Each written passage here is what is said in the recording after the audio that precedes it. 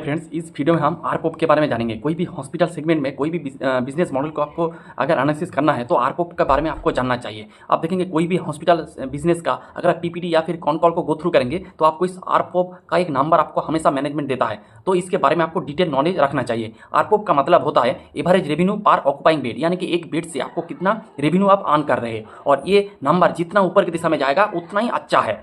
तो ये बात है। अगर आप इसका देखेंगे जो कैसे आरपोप निकालते हैं, तो अगर आप देखेंगे इसका जो टोटल जो पेशेंट्स है, सपोज आपके पास 10 बेड्स है, आपके एक हॉस्पिटल है जिनमें आपके पास 10 बेड्स है, और आपने 10 बेड्स आपको पूरा फुल था एक मंथ के लिए। अगर आप कैलकुलेट करेंगे तो एक मंथ में आपको जो बेड था 10 बेड एक मंथ के लिए पूरा फुल था, और आपको जो रेवेन्यू आपको अर्न किया, यानी आप 10 बेड से टोटल 1 लाख रुपए का रेवेन्यू आप पेशेंट से आपने लिया है। उनमें आपको डॉक्टर फीस रहेगा, आपका मेडिकल इक्विपमेंट का चार्ज रहेगा, आपका बेड चार्ज रहेगा, फिर आपको जो मेडिसिन वगैरह लगा है उसका भी चार्ज है। सब मिला के आपने जो पेशेंट से 1 लाख रुपए का रेवेन्यू अर्न किया है, और आपका 10 बेड्स था, वो पूरे 30 दिन के लिए एक्टिव था, तो आपको पास टोटल जो एक्चुअल जो बेड्स हो गया वो हो गया आपका 10 इंटू 30 यानी कि 300। तो आपको 1 लाख से 300 को डिवाइड कर देना है, जो रिजल्ट आएगा वो होगा आपका आरपोप का नंबर। और अगर आपका आरपोप का नंबर ऊपर की दिशा में जाएगा तो आप बिजनेस सही दिशा में रन कर रहा है। ये आपको दिखाता है कि आपका जो प्राइसिंग पावर बहुत अच्छे है। फिर आप जो हाई एंड जो सुपर स्पेशलिटी जो ट्रीटमेंट होता है,